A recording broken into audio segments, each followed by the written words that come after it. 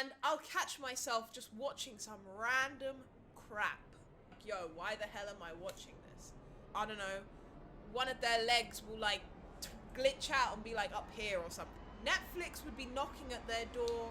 Hulu would be knocking at their door. Disney Plus would be knocking at their door.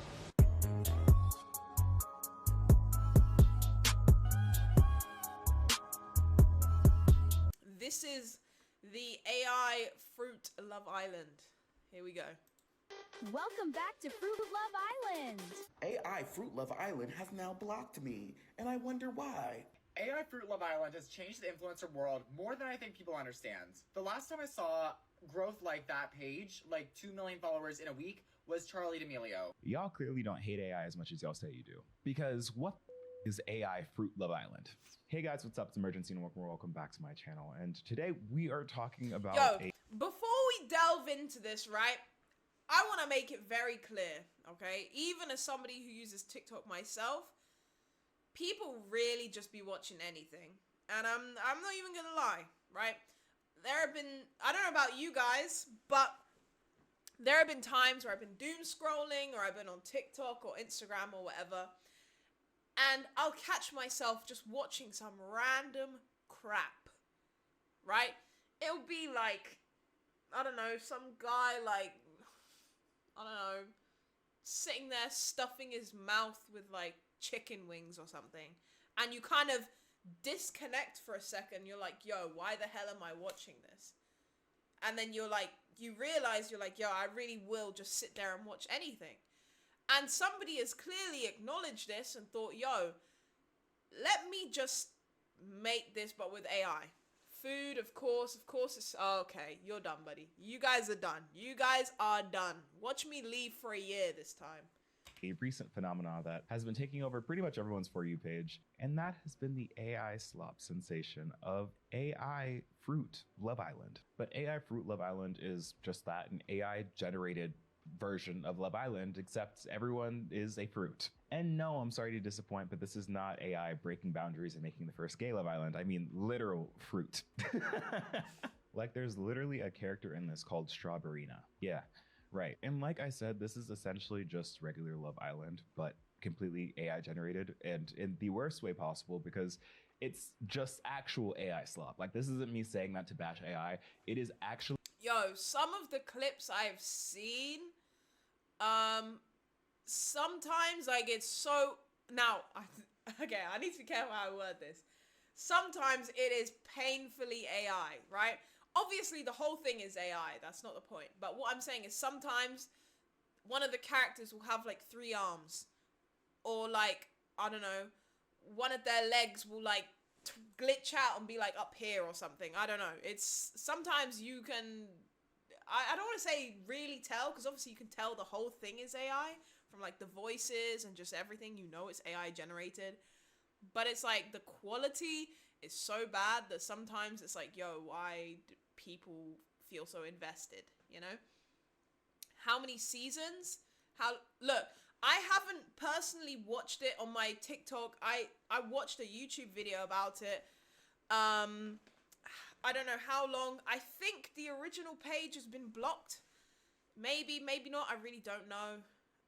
But I know a lot of people have obviously caught on to the popularity of this, and they're making their own Love Island AI versions or whatever. So, who knows? I think we should watch all of season 1.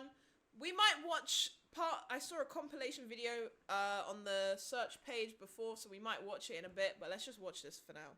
And intentionally AI slop. Like it's not super convincing or hyper realistic. In fact, a lot of the 2 to 3 minute videos consist of those 8 to 10 second snippets that is typical for video generated AI, and it just looks bad. Characters look different from scene to scene, their expressions are very different, the voices don't match. It is genuinely AI slop, and it genuinely looks bad. And it's kind of crazy to say, but that's why people love it. And we're gonna get more into that because, like I said, I feel like y'all really don't hate AI content as much as y'all say you do, and the real issue here is that y'all hate being tricked by AI. Like it's only stop using AI we hate. I agree with this take. I'm not gonna lie. I feel like a lot of people only hate on AI when it's convincing that it's AI. if that makes sense. Like, because this is so painfully obviously AI, like I said, because the voices don't match and, you know, the arms and whatever, like, it's very obvious. I feel like people use that as an excuse to watch it, right? Versus if it was like perfect and it was like painfully scary how similar to real life it is, it probably wouldn't gain as much traction at all. But let's keep watching. AI when it comes to generative AI that's too hyper realistic, that is convincing enough to trick you and deceive you. But the second that it's some kind of AI slop where it's just kind of funny and camp or whatever you want to call it, y'all are just fine watching it. And I know y'all are fine watching and supporting it because the numbers don't lie. The AI Fruit Love Island series was stacking up tens of millions of views per video. And let's just be, let's just be really honest right now, right? If this had been a human content creator who had gathered a bunch of people and made like a TikTok reality show based on Love Island that got these kinds of views, Netflix would be knocking at their door, Hulu would be knocking at their door, Disney Plus would be knocking at their door, because that's insane traction to get in the span of like a week, right? Or even a couple days. But obviously it's AI, and it's kind of going to open a door now of like whether companies are going to start just making AI drama slop because they're seeing that people can get away with doing that. And they were posting every day. Like, when did we really become so okay with loving AI slop? Because again, this is just the AI slopification of like the TikTok soap operas. Like, we know everyone loves Love Island. And you have people like Zara Larson coming forward being like, oh my God, yes, who else is watching the AI Love Island stuff? And because she has the audience that she does, her audience essentially ate her up for being like, girl, what are you doing? And she deleted that post and has since apologized, but that's kind of not the point. The point here is that we have now reached that next stage of public adoption of AI, and specifically generative AI. And I think that this is all coming at an interesting time where OpenAI is publicly shutting down Sora, which was their generative AI video, all while we're seeing AI generated videos spike and surge on social media. Like, when I say this stuff is everywhere, it's really everywhere. Like, I mean, if we really, rewind back to when AI first became a thing on social media, like people were posting like AI like videos or whatever, people really weren't giving it much attention because they see it and they think, oh, I don't want to support AI, scroll. Or I don't want to support AI, block. Whereas I feel like because it's been around for a certain period of time now, people are starting to warm up to it a bit. And even on Instagram, like I've seen a lot of AI content creators, right? I don't know if you guys have seen this on your Instagram pages or Instagram feeds, but there are a lot of for me, it's like female AI content creators, right? It'll be a girl saying like, day in the life of me as a girl in like New York City. And it's like an AI generated girl walking to like get coffee or something, drinking like an AI coffee. But it looks hyper realistic. And the comments are actual people saying like, oh my gosh, yes girl, where's this coffee shop? Like, when are you going to upload again? Like, it's kind of scary. So I feel like on both ends of the spectrum in terms of AI quality, it's definitely gaining popularity. And human creators are kind of being, I don't want to say being put on the back seat, but we might start to see that happen in the near future. Is Skibbity Toilet AI? I don't think so. I think that is like actually human made, I'm pretty sure. we are beyond people just using ChatGPT and other forms of AI and LLMs to answer your burning questions, to be your makeshift therapist, and to do your work for you. It's now taking on another aspect of our lives and being our source of entertainment. Like, I know it's a spooky place, but if you've been on Twitter anytime recently, I'm sure you have seen many and many different AI generated. I'm gonna sneeze. I don't want that picture on the screen when I sneeze. Never mind. Seeing that picture scared me into not sneezing. But let's just talk about Twitter real quick. Yo, I feel like Twitter needs, I don't know what it needs, to be honest, but it needs something. Because the whole AI situation on Twitter is terrifying. For anyone who doesn't know, people are unclothing people of all ages. I'm just gonna word it like that because I really got to be careful how, you know, in case I put this on YouTube or something. People of all ages using Grok and pictures that are being posted online. And I honestly, I don't know how that would be policed because, you know, you put a rule in place, people find loopholes and they find ways around it. But it's definitely something that needs to be sorted out because it's getting dark and it's getting scary very quickly. If you've been on Twitter anytime recently, I'm sure you have seen many and many different AI generated videos of either those AI generated like humanoid animal videos with like the cat version of like Billie Eilish's What Was I Made For, going through and running through a myriad of random, different, confusing App Store ad-ish, TikTok soap opera-ish video content, if you can call it that. And if you check the plays on those videos, there's a lot of them. Like, we're talking millions. And this isn't just for Twitter. It's on Reels, it's on Shorts, it's on TikTok, it's everywhere that people are consuming this AI slop content. And the thing about it is, like, it's not intended to be good. Like, it's meant to be slop. And I think one aspect of this when it comes to things like Fruit Love Island is the cuteness factor of it all. Like I said, these sorts of videos generally have either a humanoid animal or a humanoid fruit, where the videos look really engaging and cutesy and almost like Coco Melon-ish, like adult Coco Melon. Like, I think back to those videos from a couple months ago where they'd have different food ingredients screaming at you about how you should. I'm not gonna lie, I'll be so real with you guys. My Instagram feed is full of these videos right here of, like, you know, the screaming fruit saying like, you should eat me, I'm full of vitamin C and I keep your skin glowing. I have those all over my feed. And I feel like, I'll be honest, I'll be real, I do fall victim to watching them. I don't know what it is.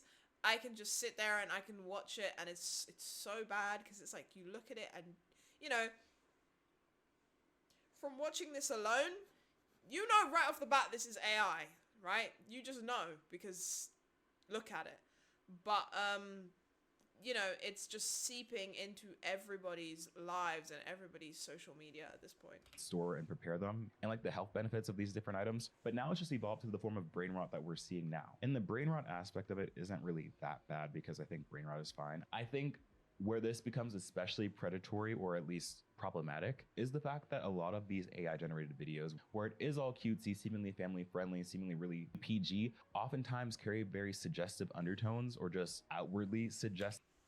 I don't know how many of you guys have seen any clips of like the Fruit Love Island or any of these like AI humanoid things, or a lot of what I get on like TikTok, I think, is like cartoon characters if they were human. I don't know if you guys have seen any of those. Like, I think literally today I had one on my feed which was like the characters from Madagascar, like the animals, if they were human.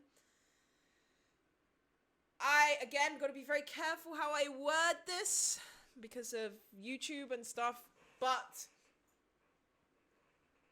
you guys aren't idiots, okay? You guys will know what I'm referring to when I say this, but the human characters, the female human characters, are always made to be insanely suggestive to maintain viewer attention for clickbaity thumbnails, and it's all of them. It's pretty much every single video that you see, and it's kind of gross. And I mean, I'm not gonna point it out. You guys have eyes. You guys can see from this snippet alone. You can see a theme. Valley is here says these images look like straight dookie. You can see from these clips alone there is a trend between the 3 female characters versus the 2 male ones, right? I don't need to point that out to you. You guys can clearly see there's a trend. But it's just kind of weird and gross. But this has been a thing. I'm not saying that this hasn't been a thing, but the issue is this kind of AI slop is being consumed by I don't know why I said adults like that, by adults and kids as well. Kids, right? Now, that's not to say, like, you know, kids of, like, previous generations who were online weren't exposed to content like that. Obviously they were, but it's different because majority of the time it was human beings with human bodies and realistic, I've got to be so careful how I word this, but realistic features, right? Whereas, you know, proportions on some of these AI characters, maybe not as much so with like these, but with some of the other ones, the proportions are insane and unrealistic and do not help anyone at all, right? People making the Samsung thing into a phone into a female, yeah. I mean, it's not something new, but it's definitely getting worse is the point I'm trying to make, right? Storylines, and the fact that they do look so family friendly and bubbly and just generally attractive to children for being so colorful, being so bright, being so animated. And you know child internet supervision is in the gutter because it's always been. Like, I was 10, 11 years old getting groomed on Kick because ain't nobody was watching what I was doing. And the excuse back then was that the internet was new and like parents didn't really know what was going on. The internet's been around for a while now. And I know AI. Listen, I doubt anyone in my chat right now is a parent, but if you are and you are not supervising what your kid is doing online, you should be ashamed. You should be ashamed, right? You should be deeply ashamed, especially if you're somebody who grew up with the internet, because you will know firsthand how bad it can be being a child on the internet and the kind of content you consume, whether it's by accident or it's something you outwardly go seeking, right?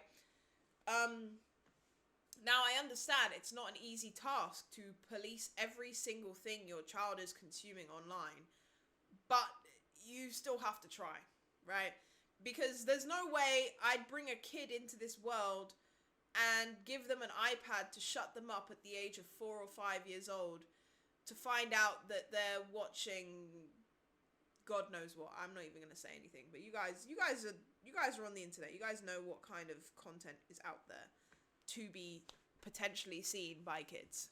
And this whole generative AI thing is relatively new, but like we know what is appropriate and what should be online and what shouldn't be. And the fact that the people making these videos are using what I like to call these fruit sonas, like these fruit personas, to act out these very suggestive, very problematic things is just sick to me. Because again, it gets worse. It's not just sexualized, it's not just graphic. Oftentimes, a lot of these sorts of generative AI videos are just blatantly, often echo racist, homophobic, misogynistic content and rhetoric, but because the characters saying it are all cutesy-fied, is not seen as threatening and sinister as it really is. Which again brings us back to AI Fruit Love Island.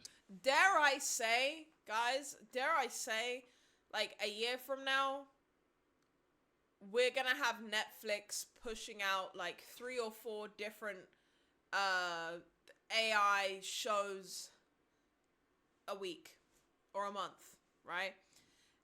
And obviously they're not limited to that because it's AI, it can be done pretty quickly. But I feel like in terms of like marketing and rollout and stuff, they're going to, you know, post like 3 a month and just heavily market them to get a lot of views coming in. Because imagine how, you know, the success that this has in the span of less than a week. Netflix is going to study this and capitalize off it in the most intense way possible. Maybe not Netflix, right? But big companies will find a way to profit off of this because they see the attention it's getting. There has to be some license against AI. I mean, there is to a certain extent in terms of things like copyright. You know, obviously you can't really AI generate, at least with Sora, I think at one point you couldn't AI generate characters that already exist, like for example like SpongeBob or Mickey Mouse or anyone like that. But in terms of like original characters, original places or like storylines, I think that's all fine in terms of like the legality of everything.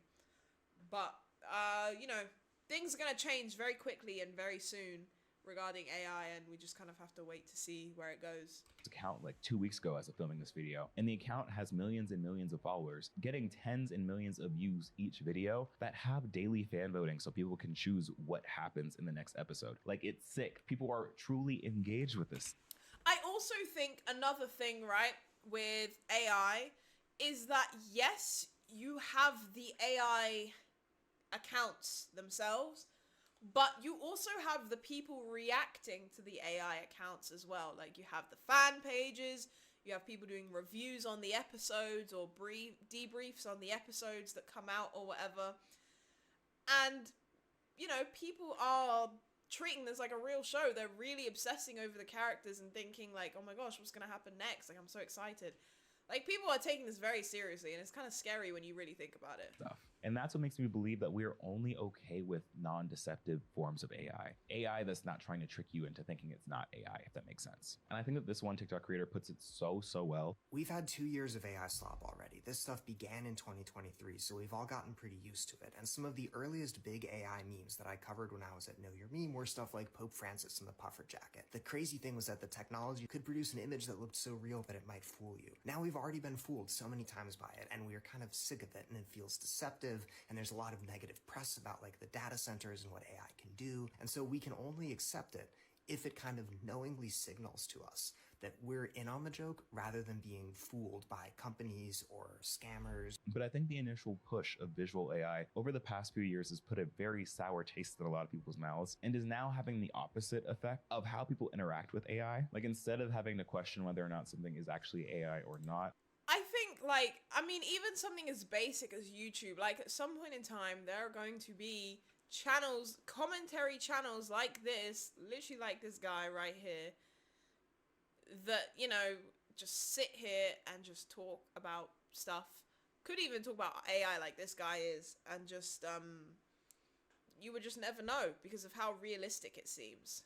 and whether or not you're being deceived by some sort of deep fake, by some sort of video manipulation, you can kind of just turn your brain off and enjoy the content because you don't have to think whether or not you're being tricked because it's clear that you're not. Like, I fear that the rise in AI skepticism across all forms of media has really caused us to sort of look towards these more unserious forms of entertainment. Essentially the brain rot or the reality TV baddiesification of AI, if that makes sense. Like, it's coming about for very similar reasons that reality TV in and of itself came out, being something that was so different from traditional TV of being super serious, scripted, dramatized to the point where you're like, I don't know if this is real or fake, and launching something that was super crass and off the wall and that you didn't have to really think about too hard or question whether or not this is really being scripted or not, because you can't script the stuff that happens on reality TV. I mean, you can manipulate and draw narratives, but people themselves are just being themselves. And I think it's kind of similar here. Like, a lot of the public sentiment and a lot of the comments on these AI TikTok Fruit Love Island, that's a long string of words, I'm sorry, talk about how it's crazy that they're actually enjoying AI content and that they enjoy it for the sake of the memes and because it's so camp. And that's sort of the important part here. Like, the whole reason why people are really jumping on this AI Fruit Love Island bandwagon is because it makes people feel like they're being a part of the joke. They're a part of the in crowd. They're a part of the meme, and they get the campness of it all. Like, both them as the viewer and the content that they're watching are both in. What's the next part? Okay, we're gonna kind of end this video here, just because, you know, the whole point was for you guys to understand the concept.